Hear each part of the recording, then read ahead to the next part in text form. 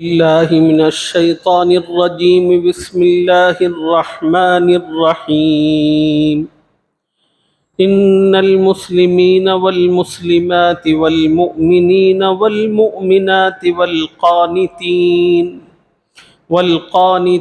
والقانتات والصادقين والصادقات والصابرين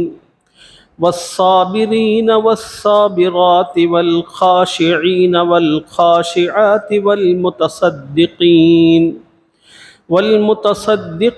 والمتصدقات والسائمين والسائمات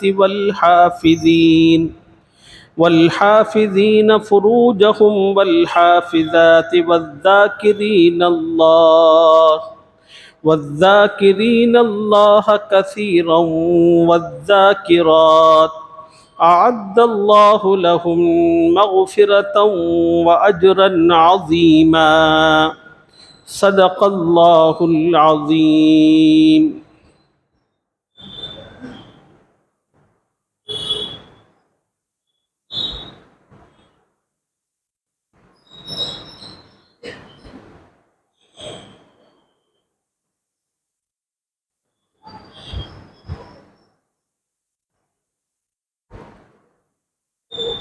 انصار سے تعلق رکھنے والی ایک خاتون حضور اکرم صلی اللہ علیہ وسلم کی خدمت میں حاضر ہوئی اور عرض کیا کہ یا رسول اللہ، قرآن مجید میں عام طور پر جو اللہ تعالیٰ کی ہدایات اور احکامات ہیں وہ مردوں کے صیغے کے ساتھ بتائی جاتی ہیں، یعنی مردوں کو مخاطب کیا جاتا ہے، مردوں کو مخاطب کر کے اللہ رسول اپنے ہدایات بیان کرتے ہیں۔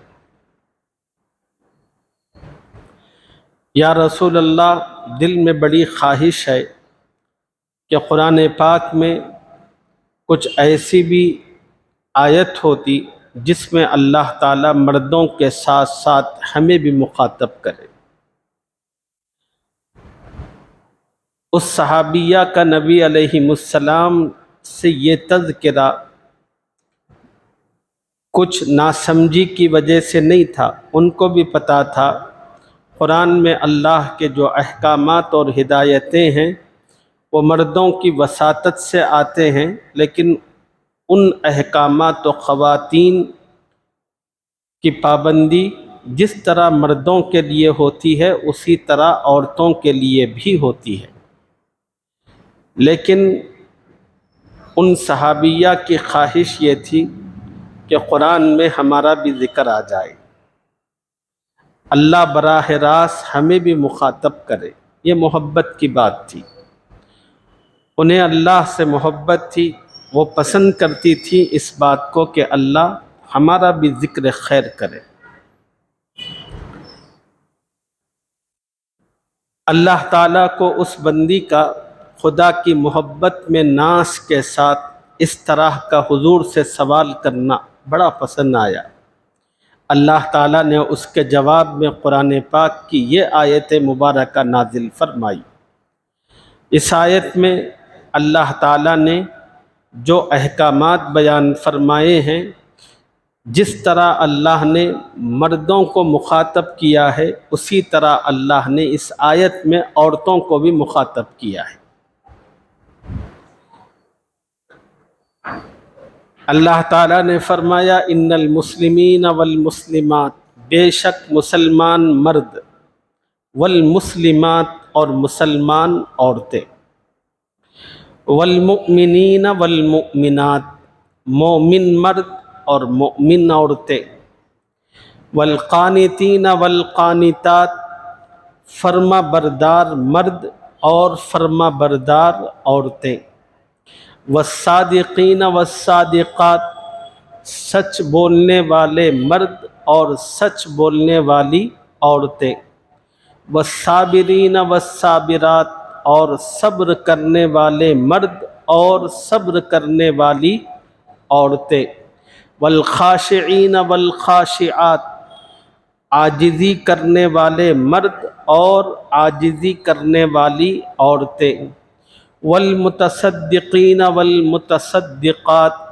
صدقہ کرنے والے مرد اور صدقہ کرنے والی عورتیں، والصائمین والصائمات، روزہ رکھنے والے مرد اور روزہ رکھنے والی عورتیں، والحافظین فروجہم والحافظات، اپنی شرمگاہوں کی حفاظت کرنے والے مرد اور اپنی شرمگاہوں کی حفاظت کرنے والی عورتیں، والذاکرین اللہ کثیرا والذاکرات، کثرت سے اللہ کو یاد کرنے والے مرد اور کثرت سے اللہ کو یاد کرنے والی عورتیں،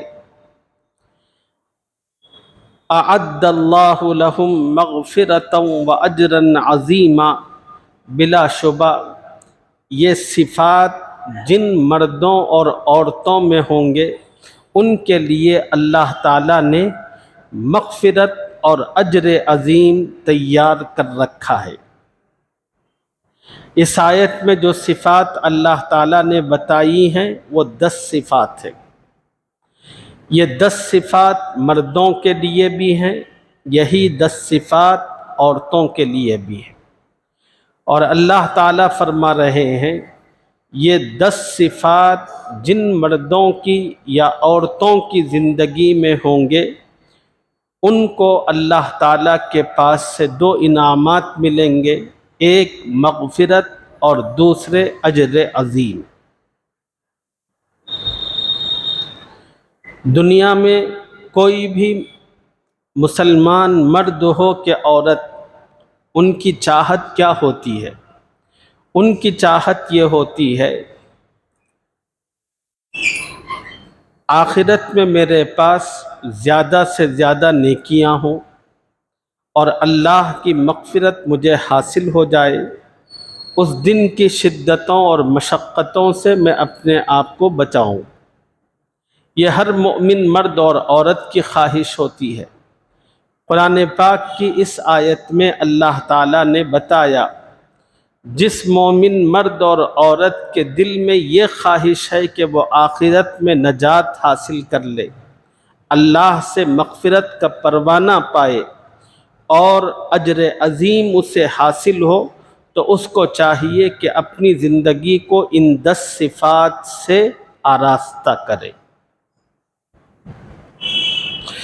یہ جو 10 صفات اس آیت میں بتائے گئے ہیں یہ بڑے اہم صفات ہیں۔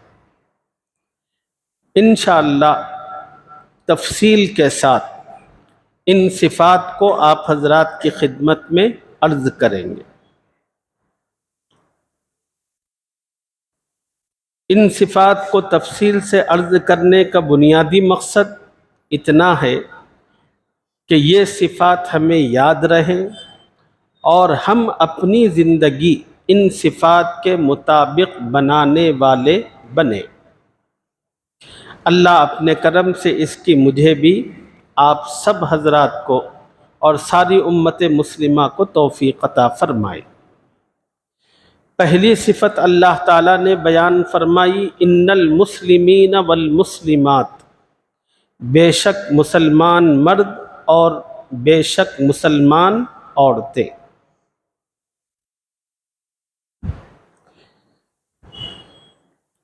اسلام کسے کہتے ہیں؟ اسلام کہتے ہیں کہ کوئی آدمی کلمہ پڑھ کر لا الہ الا اللہ محمد الرسول اللہ صلی اللہ علیہ وسلم دین میں داخل ہو جائے، اس کو اسلام کہتے ہیں۔ یہ جو اسلام ہے، دین اسلام، ہماری اپنی زندگیوں کے لیے روح کی طرح ہے۔ یہ بڑی اہم بات ہے جو میں بتا رہا ہوں، اچھا سنیے، دماغ میں بٹھائیے اور سمجھنے کی کوشش کیجیے۔ دین اسلام ہم سب کی زندگیوں کے لیے روح کی طرح ہے۔ اللہ تعالیٰ نے انسان کو بنایا، اللہ نے اس انسان میں مختلف قسم کے اعضاء رکھے۔ مثلا اللہ تعالیٰ نے انسان کے سر میں دماغ رکھا۔ دماغ اس لیے رکھا تاکہ اس کے ذریعے سے انسان سوچے سمجھے۔ اللہ تعالیٰ نے سینے میں دل رکھا اس لیے کہ یہ دھڑکے اور زندگی کا احساس اور پتہ دیتا رہے۔ اللہ تعالیٰ نے آنکھ عطا فرمائی تاکہ اس کے ذریعے سے انسان دیکھے۔ اللہ تعالیٰ نے کان دیے، مقصد یہ کہ اس کے ذریعے انسان سنے۔ زبان دی، اس کے ذریعے سے انسان بولے اور ذائقہ محسوس کرے۔ ناک اللہ نے اس لیے دی تاکہ اس کے ذریعے سے انسان سونگھے۔ اللہ تعالیٰ نے ہاتھ اس لیے دیے تاکہ انسان اس کے ذریعے سے کسی چیز کو پکڑے اور کسی چیز کو محسوس کرے۔ اللہ تعالیٰ نے پیر اس لیے دیے تاکہ اس کے ذریعے سے چلے۔ یہ تمام کے تمام اعضاء اللہ تعالیٰ نے انسان میں رکھے، اور ہر عضو کو اللہ تعالیٰ نے ایک الگ خوبی، اس کو خصوصیت عطا فرمائی۔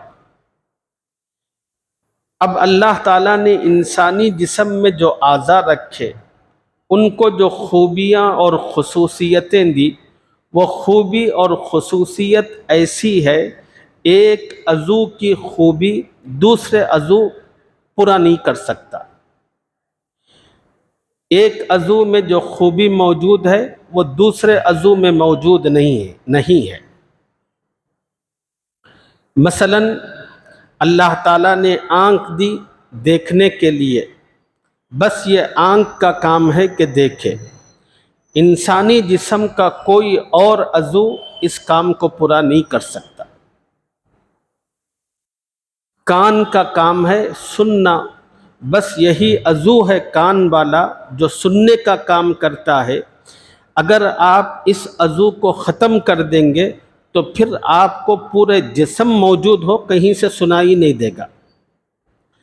تو اللہ رب العزت نے انسانی جسم میں جو اعضاء رکھے ہیں اور ان اعضاء کو جو خصوصیت عطا فرمائی ہے، وہ ایسی ہے کہ وہ خصوصیت کسی دوسرے عضو میں نہیں ہے۔ اب آپ دیکھیں تو انسان کا عضو جن خصوصیتوں کا مالک ہے، وہ خصوصیتیں، وہ عضو بالکل ایک دوسرے سے ڈیفرنٹ ہے۔ کان کا کام سننا ہے، آنکھ کا کام دیکھنا ہے، ہر ایک عضو کی خصوصیت ڈیفرنٹ ہے۔ اس طرح مختلف خصوصیت رکھنے والے اعضاء سے اللہ نے انسان کو بنایا۔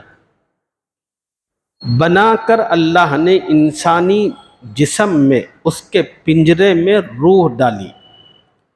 جو ہی روح جسم میں آتی ہے، یہ انسانی جسمانی اعضاء جو ڈفرینٹ خوبی اور خصوصیت رکھتے ہیں، وہ سب کے سب ایک بن کر، ایک ہو کر کام کرنے لگتے ہیں روح کے آنے کے بعد۔ پھر ان میں روح کی وجہ سے آپسی اتنی محبت، اتنا تال میل ہوتا ہے کہ پورا جسم ایک عضو کی طرح بنتا ہے۔ مثلا اگر پیر کے اندر کانٹا چھپ جائے، آنکھ سے آنسو نکلنا شروع ہوتے۔ آنکھ کبھی یہ نہیں کہتی بھئی کانٹا تو پیر کو چبھا ہے، میں کیوں اپنے اندر سے آنسو باہر نکالوں، یہ کہتے۔ انسان کو سخت ترین بخار ہوتا ہے، سر میں درد ہوتا ہے، کبھی پیر یہ نہیں کہتے کہ میں ہاسپٹل نہیں جاؤں گا، مجھے کیا ہوا ہے، ہوا ہوں گا سر کو درد، مجھے کیا پڑی ہے، نہیں بولتے۔ فوراً پیر جو ہے چلنے لگتے ہیں۔ حالانکہ یہ جو اتنی یونٹی انسانی جسم کے اعضاء میں آئی وہ روح کی وجہ سے آئی، اور جب تک انسانی جسم میں یہ روح باقی رہتی ہے اس وقت تک یہ یونٹی بھی باقی رہتی ہے، اور جس دن اللہ تعالیٰ اس جسم سے روح کو نکالتے ہیں تو جو یونٹی تھی وہ ختم ہو جاتی ہے۔ اب انسان کے جسم سے مثلا روح نکل گئی، اب کوئی آرا لا کر کسی کا پیر کاٹے، کیا انسان اپنی زبان سے چیختا ہے اب اب اب میرا درد ہو رہا، یا آنکھوں سے آنسو نکلتے ہیں؟ کچھ نہیں نکلتا۔ بھئی جسم تو پورا موجود ہے، پورے اعضاء موجود ہیں، لیکن اور ہر عضو ڈیفرنٹ ہے، لیکن ان ڈیفرنٹ اعضاء کو جوڑنے والی جو چیز تھی وہ روح تھی۔ روح تھی تو سب کے سب مل کر ورک کیا کرتے تھے اور آپسی تال میل بھی رکھا کرتے تھے، اور جب تک وہ روح تھی وہ سب جذبہ اسپرٹ ان اعضاء میں موجود تھا۔ روح ہٹ گئی تو پھر انسانی جسم کے جو اعضاء ہیں وہ بالکل الگ الگ ہو جاتے، ایک کو کھینچتے ہیں، دیدہ نکالتے ہیں، دوسرا ہاتھ پیر ہوش تک نہیں بولتا، نکال لو۔ اگر یہ مثال اگر آپ کو اچھی طرح سمجھ میں آ گئی تو اب میں آپ کو بتانا چاہتا ہوں، ہر انسان کا جو گھر ہوتا ہے، ہر انسان کا جو گھر ہوتا ہے یہ بھی مختلف لوگوں کا مجموعہ ہوتا ہے۔ ہر انسان کا جو گھر ہوتا ہے وہ بھی اس کی جو فیملی ہوتی ہے وہ مختلف لوگوں کا مجموعہ ہوتی ہے۔ گھر میں کون ہوتے ہیں؟ شوہر ہوتا ہے، بیوی ہوتی ہے، ماں باپ ہوتے ہیں، پھر بیٹے ہوتے ہیں، بیٹیاں ہوتی ہیں، بھائی ہوتے ہیں، بہنیں ہوتی ہیں۔ یہ سب کے سب مل کر ایک گھر بنتا ہے۔ اب یہ ماں باپ، میاں بیوی، بیٹے، بیٹیاں، بھائی، بہنیں، یہ سب کے سب ڈیفرنٹ لوگ ہیں۔ جیسے آپ کے اعضاء میں سر، آنکھ، کان، زبان، ہاتھ، پیر، جس طرح یہ ڈیفرنٹ چیزیں ہیں، اسی طرح آپ کے گھر کے اندر جتنے افراد ہیں وہ سب کے سب ڈیفرنٹ ہیں۔ جس طرح انسانی جسم کے ڈیفرنٹ اعضاء کو جوڑنے والی جو چیز تھی وہ روح تھی، گھر جس میں ڈیفرنٹ افراد موجود رہتے ہیں ان کو جوڑنے والی چیز جو ہوتی ہے اسی کا نام ہے اسلام۔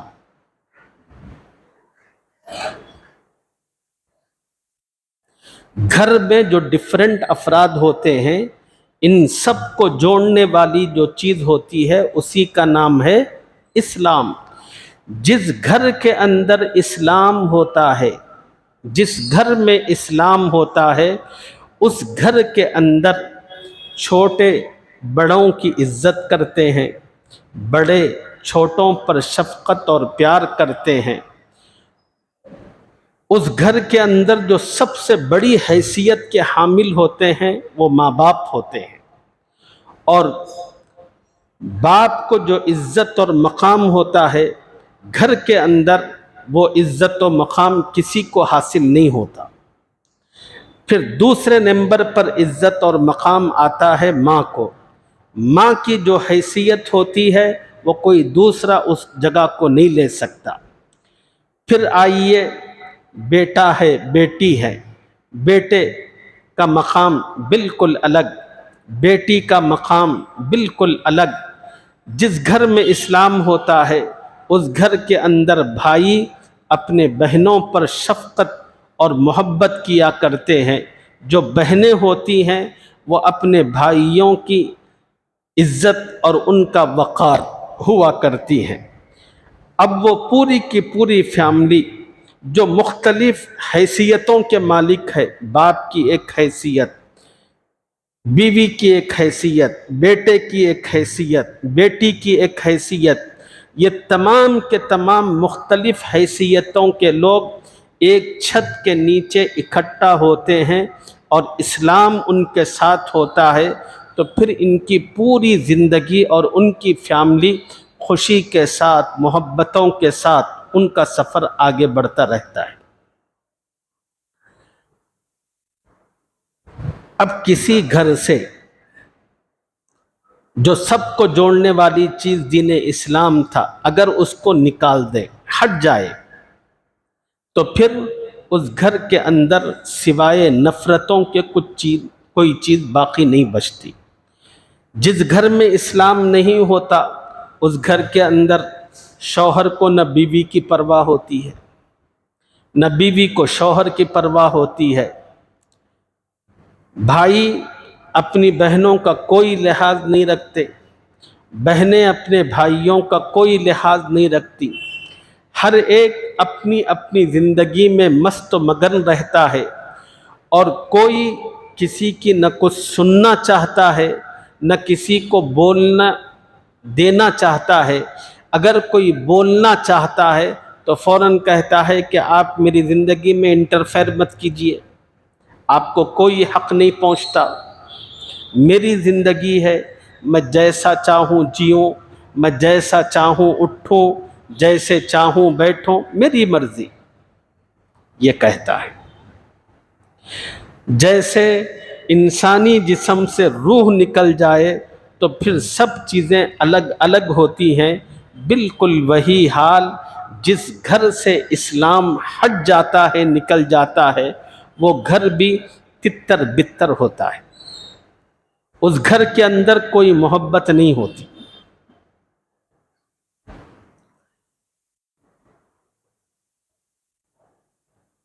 یہ مثال اگر آپ نے سمجھ لی تو اب اسی مثال کو ایک دوسرے طریقے سے سمجھیے۔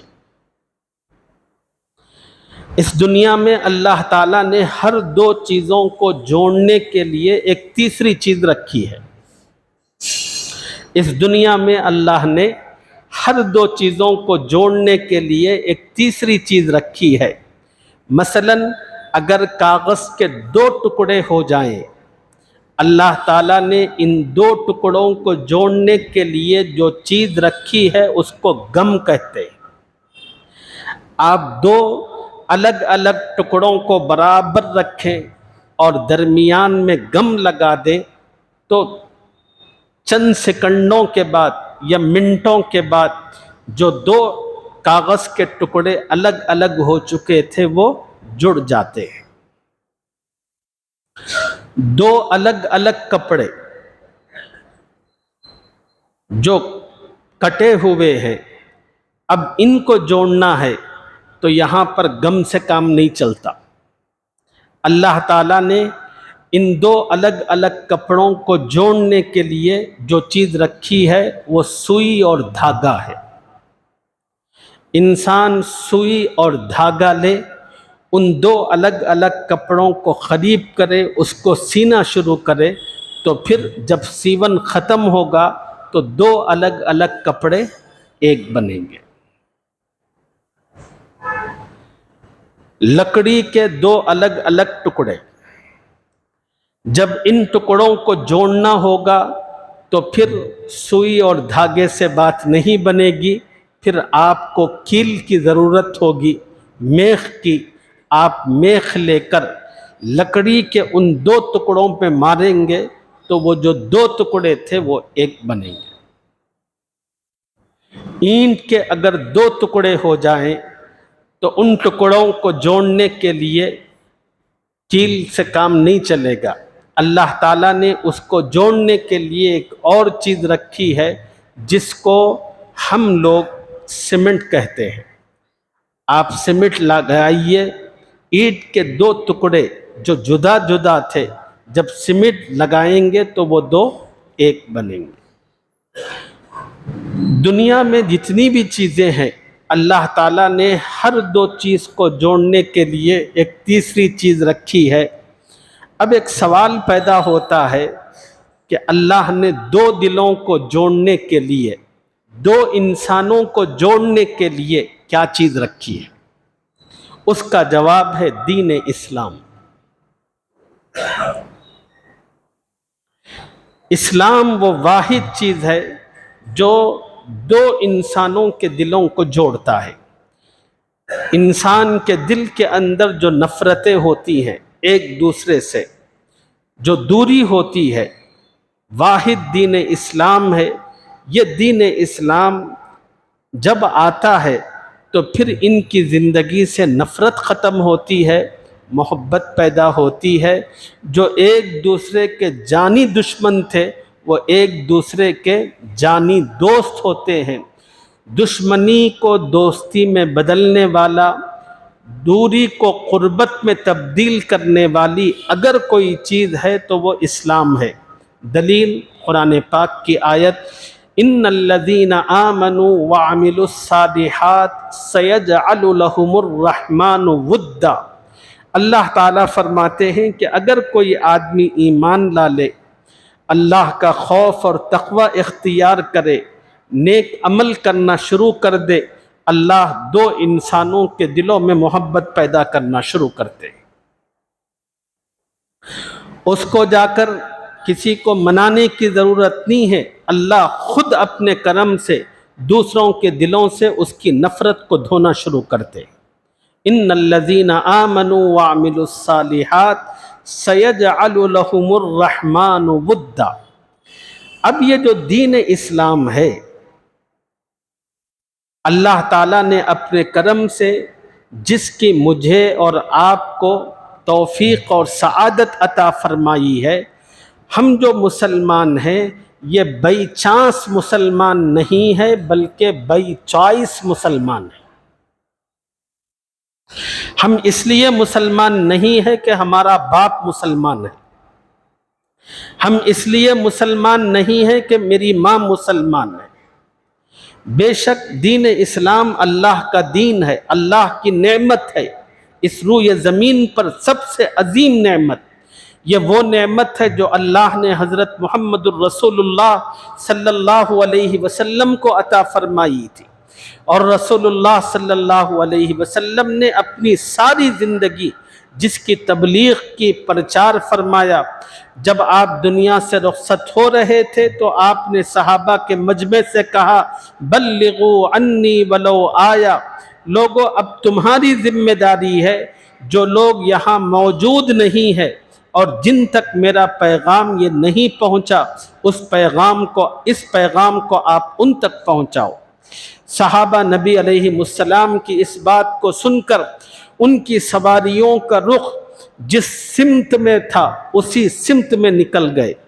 حالانکہ نبی علیہ السلام نے جب یہ نصیحت فرمائی حجۃ الوداع کے موقع پر 1.25 لاکھ صحابہ کا مجمع تھا، لیکن مسجد نبوی کے پاس جو جنت البقیع موجود ہے وہاں 10,000 بس صحابہ موجود ہے یا اس کے آس پاس۔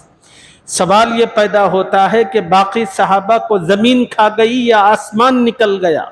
نہیں، باقی صحابہ پوری روئے زمین کے خطے خطے، چپے چپے، علاقے علاقے میں پہنچے، اور انہوں نے اللہ کے نبی کی دی ہوئی وہ امانت جو اسلام کی شکل میں تھی، انہوں نے اس امانت کو ہمارے بڑوں تک پہنچایا۔ پھر ان سے ہوتے ہوئے ہمارے والدین تک یہ امانت پہنچی، پھر اللہ تعالیٰ نے ہمارے والدین کے گھر پیدا ہونے کی ہمیں سعادت بخشی تو پھر وہ ایمان کی دولت ہمیں حاصل ہوئی۔